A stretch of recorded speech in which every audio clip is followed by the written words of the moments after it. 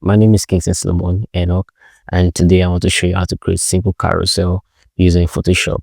Now let's go into it. This is exactly what I have on my Instagram page. All right, and we're about to create something like this as well. All right, so the first thing you would want to do is for you to create a canvas space. How can you do that? The shortcut key is Command Option N. All right, Command Option N. The new document screen will pop up. Now over here, you're going to input the width and the height of the carousel you want to create. The height, you're going to input 1350. Then the width. Now the width depends on the number of slides you want to create. Let's say you want to create 6 slides, 8 slides, and thereabout. But what we want to create right now is 8 slide carousel. All right, so what are we going to do? We're going to calculate 1080 times 8. 1080 times 8 will give us 8640. I hope I'm correct. Let's go. Let's check it out. 8640. Yeah, I'm correct. All right. 1080 times 8 will give you 8640. And that's the dimension you're going to input into the width space. All right. And then afterwards, you can probably leave your background at transparent or background color. All right, but this moment I'm going to leave my at transparent. And mind you, if you're using a Windows system, for you to create this same canvas, the shortcut key is Control Alt N. In Mac is Command Option N. So I don't know the system you'll be using to replicate this, but those are just the two shortcuts you can use. Or either way, you can also come to File, your File menu, click on New. When you click on New, the new doc workspace comes up, and then you input your dimension, the dimension of your carousel you want to create. Okay, so let's move straight. Moving on, the next thing you would want to do is for you to start inputting the pictures you want to use for the carousel into the new carousel layout you just created.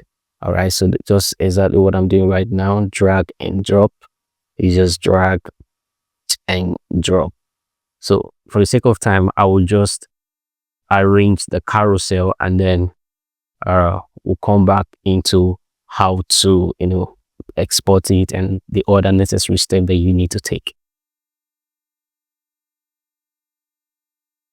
Now the next thing you'd want to do is for you to activate your grid guide or slice function. That way you get to have a proper directive on how to cut your carousel into 8 different slides.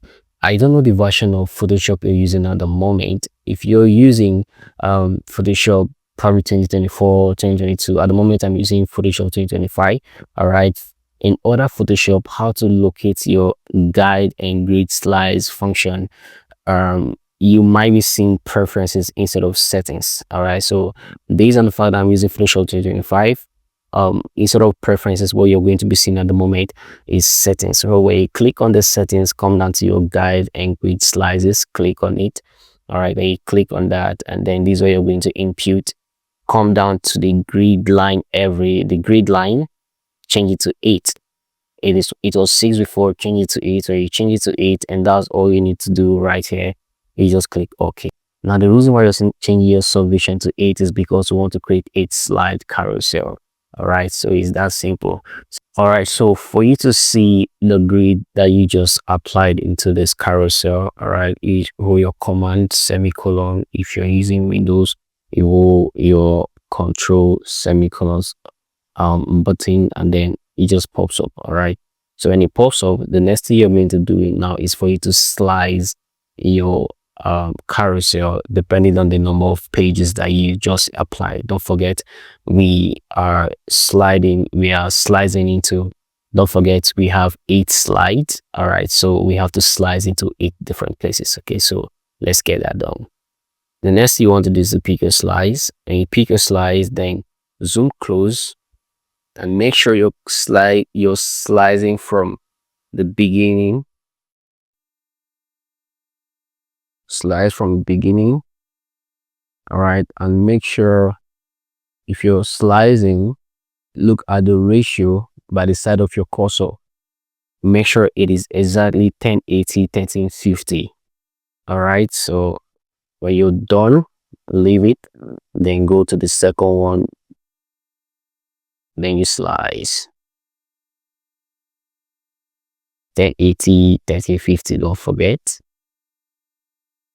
1080, 1350.